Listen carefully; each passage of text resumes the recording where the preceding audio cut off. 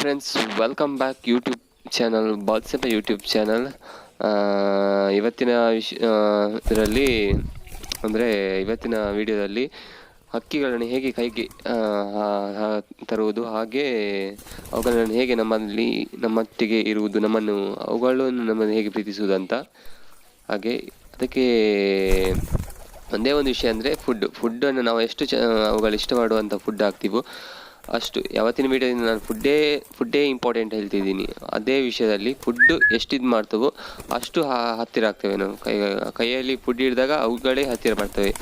ಅಂಥ ವಿಷಯದಲ್ಲಿ ಈ ವಿಡಿಯೋದಲ್ಲಿ ನೋಡಿ, ಫುಡ್ಡಲ್ಲೇ ತುಂಬ ಇಂಪಾರ್ಟೆಂಟ್ ಕೊಡ್ತಾ ಇದ್ದೀನಿ ನಾನು. ಅವುಗಳು ಕೈಯಲ್ಲಿ ಫುಡ್ ಬಂದರೆ ಕೈಯಲ್ಲೇ ಬರ್ತವೆ, ನಾವು ಕರೆದ ತಕ್ಷಣ ಕೈಗೆ ಬರ್ತವೆ.